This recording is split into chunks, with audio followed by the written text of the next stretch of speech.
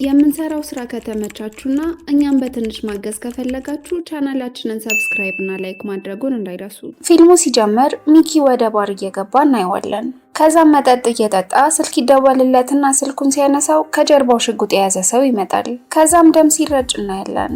ከዛም ራይመንድ የተባለ ሰው ኪችን ውስጥ ሲገባ ከጨለማ ውስጥ አንድ ፍሌቸር የተባለ ጋዜጠኛ በአለቃው ቢግ ዴቭ ተወክሎ እንደመጣ ይነግረዋል። ዴቭ ስለ ሚኪ አጋላጭ የሆነ ጋዜጣ ሊያሳትም እንደሆነ ይነግረዋል። ለዚህም ምክንያቱ ዴቭ ሚኪ እንዲጨብጠው ሲል እምቢ ብሎት ሰው ፊት ስላዋረደው ነው ይለዋል። ዴቭ ለፍሌቸር በሚኪ ላይ ወንጀል ካገኘበት $100,000 እንደሚሰጠው ቃል ገብቶለት ነበር። ፍሌቸር ግን የያዝኩትን መረጃ ለዴቭ ከምሰጠው ሚኪ 20 ሚሊዮን ይክፈለኝ ይለዋል ለራይመንድ። ራይመንድ ማለት የሚኪ የቀኝ እጅ ነው። ፍሌቸር ስለ ሚኪ የሚያውቀውን መናገር ሲጀምር በሀገሪቷ ውስጥ በጣም ትልቅ የሚባል የአደንዛዥ ዕፅ አዘዋዋሪ እንደሆነ፣ በልጅነቱ ኦክስፎርድ ዩኒቨርሲቲ ስኮላርሺፕ አግኝቶ እንደነበር ግን እሱን ጥሎ እንደወጣ፣ በድህነት ያደገ እንደነበር፣ ከመማር በላይ ለኮሌጅ ተማሪዎች ሐሺሽ በመሸጥ ብዙ ገንዘብ እንዳገኘ፣ ሚኪ ቢዝነሱን ያስተጓጎሉ ሰዎችን ከመጉዳት የማይመለስ ሰው እንደነበር ይነግረዋል። አሁን ያለውን የአደንዛዥ ዕፅ ቢዝነስ ለመሸጥ እያሰበ እንደሆነና ከወንጀል ህይወት ለመውጣት እያቀደ እንደሆነ ከሚስቱ ሮዚላንድ ጋር ህይወት ለመጀመር እንዳሰበ ይነግረዋል። አንድ ሚሊዮነር ማቴው በርገር ለመግዛት ፍላጎት እንዳለው ለሚኪ ያሳውቀዋል። $400 ሚሊዮን። ሚኪ ሐሺሽ የሚያሳድግበት አንድ ቦታ ይወስደውና ያስጎበኘዋል። ማቴው በጣም ባየው ነገር ይገረማል፣ እንደወደደውም ይነግረዋል። እንደዚህ የተሳካ ቢዝነስ ካለ ለምን ትሸጠዋለህ ብሎ ይጠይቀዋል። እሱም መልሶ ቢቆይም በፖሊስ ልያዝ እችላለሁ፣ እኔ ባለኝ የወንጀል ታሪክ ብዙ ስለምታወቅ ብዙ ዓመት ልታሰር እችላለሁ፣ ስለዚህ ሸጬው ጡረታ ከሚስቴ ጋር መውጣት ነው የምፈልገው ይለዋል። የሚኪ ሚስት ሮዚላንድ የተሳካ የራሷ የመኪና ጋራጅ አላት። ከባሏም ጋር ስታወራ ሲሸጠው ቢዝነሱን እንዲጠነቀቅ ብዙ ጠላቶች እንዳሉት ትነግረዋለች። እሱም የሚስቱን ምክር ይቀበላል። ድራይ አይ የተባለ አንድ ሰው ነበር። እሱም የታዋቂ ወንጀለኛ ሎርድ ጆርጅ የቀኝ እጅ ነው። ድራይ አይ ሚኪ ቢዝነሱ እንዲሸጠው እንዳሰበ ሲሰማ ለመግዛት ይፈልጋል እና የሚኪ ሚስት ጋራጅ ይሄድና ባሏን እንድታገናኘው ይጠይቃታል። የምትሰራቸው መኪናዎች ላይ የተሰረቁ ፓርቶች እንዳሉና ካላገኛቸው እንደሚጠቁምባት ይነግራታል። ከዛም ሚኪ ሊገናኘው ይስማማል። ከዛም ድራይ አይ ከሚኪ ጋር ይገናኛል፣ እንደማይሸጥለትም ይነግረዋል። ከዛም ይተኩስና ይገለዋል። ይሄ ሁሉ ግን በሚኪ ጭንቅላት ውስጥ ነበር፣ የእውነት አልገደለውም። ለድራይ አይ እንደማይሸጠው ብቻ ነግሮት ነበር ያሰናበተው። ከዛም በዛው ሌሊት ሚኪ ይዘረፋል። የዘረፉትም ልጆች በጣም ወጣቶች ሲሆኑ በማርሻል አርት የሰለጠኑ ነበሩ። ከዛም ቪዲዮ ቀርጸው ዩቲዩብ ላይ ሙሉ ያጋልጡበታል። ዘካውች የተባለ ሰው የድሮ ቦክስ እና ማርሻል አርት ተደባዳቢ የነበረው ሰው ነው። እናም እሱ ነው እነዚህን ወጣቶች መጥፎ ቦታ እንዳይውሉ እያለ የራሱን ጂም ከፍቶ ቦክስ እና ማርሻል አርት ያሰለጠናቸው። ያደረጉትን ነገር ሲሰማ በጣም ይናደዳል። ቪዲዮንም ከዩቲዩብ እንዲያወርዱት ያዛቸዋል። ከዚያም ሚኪ ቦታው እንዴት ሊታወቅ እንደቻለ ማጣራት ይጀምራል። ለጥንቃቄም ሲባል ይህን ቦታ መልቀቅ ይጀምራሉ። አሁን ያሉበትን ቦታ ያከራያቸውን ሰው ሌላ ቦታ እንዲፈልግለት ይጠይቀዋል። እሱም ይስማማል፣ ግን አንድ ነገር አድርግልኝ ይለዋል። እሱም ሎራ የተባለች ልጁ የሐሺሽ ሱስ ያለባት ሲሆን ከቤት ከወጣች ብዙ ቀናት እንደሆናትና ፈልጎ እንዲያመጣት ይነግረዋል። ሚኪም ይስማማል። ከዚያም ሚኪ ራይመንድ እንዲያገኛት ያዘዋል። ራይመንድ ያለችበትን ያገኛል፣ ግን አብሯት ከነበሩት አንዱ ራሻዊ በአጋጣሚ ከፎቅ ወድቆ ይሞታል። ሲወድቅም በቪዲዮ ህፃናቶች ይቀርጹታል። ቪዲዮ እንዲያጠፉ ቢነገራቸውም እምቢ ብለው ለማምለጥ ይሞክራሉ። ራይመንድ እና አብረውት የነበሩት ሰዎች ያሳድዷቸዋል።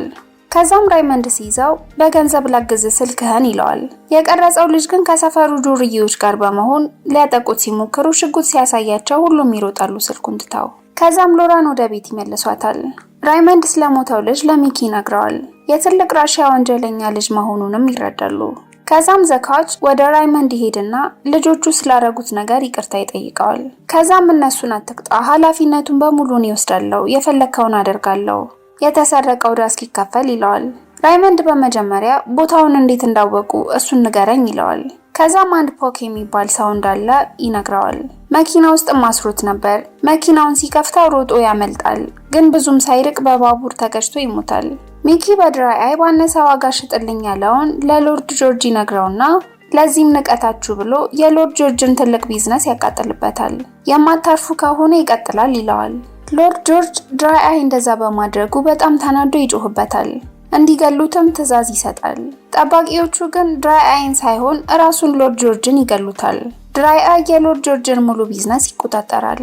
ሚኪ ከሚስቱ ጋር በስልክ እያወራ ፊልሙ ሲጀምር ያየነው ሰው ከጀርባ ሽጉጥ ይዞ ሊገለው ሲል ራይመንድ ከጀርባ ይመታውና ይሞታል። ከዚያም ሚኪ ሚስቱ ጥቃት ሊደርስባት እንደሚችል አስቦ በፍጥነት በመኪና ይሄዳል።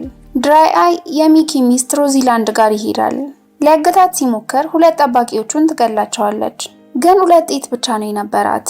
ድራይ አይ ይሄን ሲያይ ሊደፍራት ይሞክራል። ግን ሚኪ በቦታው ይደርስና በጥይት መቶ ይገለዋል። ወደ ፊልሙ መጀመሪያ ስንመለስ ፍሌቸር የተባለው ጋዜጠኛ ስለ ሚኪ ብዙ ኢንፎርሜሽን እንዳለውና ቢዝነሱን ዜሮ ሊያስገባው እንደሚችል ይነግረዋል። ድራይ አይ እና ሚሊዮነሩ ማቴው ጋር እየሰሩ እንደሆነ ይነግረዋል። ከ400 ሚሊዮን ዋጋውን ለማስቀነስ ስለፈለገ ራይመንድ እንደሚያስብበት ይነግረውና ከፍሌቸር ጋር ይለያያሉ። ከዛም ቢዝነስ ሰብረው የገቡት ልጆች የጋዜጠኛው ፍሌቸር አለቃ የሆነውን ቢግ ዴቭ እንዲያግቱትና መጥፎ ነገር ሲሰራ ቪዲዮ እንዲቀርጹት ያደርጋል። ከዚያም ስለ ሚኪ አንድ ነገር ብጽፍ ይህን ቪዲዮ ልከዋለን ብለው ያስፈራሩታል። ከዛም ሚኪና ሚሊዮነሩ የአሳ ገበያ ላይ ይገናኛሉ፣ በድብቅ ሚኪ ድራግ የሚሸጥበት ቦታ። ሚሊዮነሩ ዋጋው 400 አያዋጣም፣ ብዙ ችግር እንደተፈጠረ መረጃው ደርሶኛል፣ ስለዚህ 135 ሚሊዮን ዛሬውኑ ልግዛህ ይለዋል። ከዛም ሚኪ ሚሊዮነር ማቴው ዋጋ ለማስቀነስ ብሎ ከድራይ አይ ጋር የሰራውን እንደደረሰበት ይነግረዋል። ወደ ውጪ ሲወጡ የማቴው ጠባቂዎች እንደተገደሉ ያያል። ከዛም ላከሰርከኝ ኪሳራ $230 ሚሊዮን አሁን ትራንስፈር ታደርጋለህ። እኔ አበሳጨኝ ገንዘብ መክሰሪያ አይደለም። ያበሳጨኝ ሚስቴ ላይ ሌላ ሰው እጁን ማሳረፉ ነው። ለዚህም ገንዘብ በቂ ስላልሆነ ከስጋ ላይ ቁራጭ ፈልጋለሁ ይለዋል። ከዛም ማቴው ምንም አማራጭ ስላልነበረው ያለውን ሁሉ ያደርጋል። ጋዜጠኛው ፍሌቸር ገንዘቡን ለመውሰድ ራይመንድ ጋር ይሄድና ከዛም ሲከታተሉት እንደነበር በሚኪ ላይ ያለው ሁሉ ማስረጃ እንዳጠፉ ይነግረዋል። ከዛም ሊገሉት ሲሉ ሌላም ኢንፎርሜሽን አለኝ ይላቸውና ራይመንድን ሊገለው የነበረው ድራይ አይ ሳይሆን ልጁ የሞተበት ራሻዊ እንደሆነ ይነግራቸዋል። ከዛም 2 ራሻዊ ሰዎች ራይመንድን ለመግደል ሲመጡ ኮች ከጀርባ ይመታቸዋል። በዚህም መካከል ፍሌቸር ያመልጣል። ከዚያም ሚኪ ወደ ቤቱ ሲሄድ ሹፌሮቹ በራሻ ሰዎች ተጠቅተው ነበር። ሳያውቅ ሊገሉት ሲሉ ኮች ያሰለጠናቸው ልጆች ከፊታቸው በመኪና ይቆሙና ተኩሰው ይገሏቸዋል። ሀሳባቸው ግን ሚኪን ለመግደል ነበር፣ አሰልጣኛቸውን ብዙ ወንጀል እያሰራው ስለሆነ ብለው። ፊልሙ ሲያልቅ ራይመንድ ፍሌቸርን ተከታትሎ ሲይዘው እናያለን። ቻናላችንን ላይክ እና ሰብስክራይብ ማድረጉ እንዳይረሱ። በቀጣይ ቪዲዮ እስከምንገናኝ መልካም ጊዜ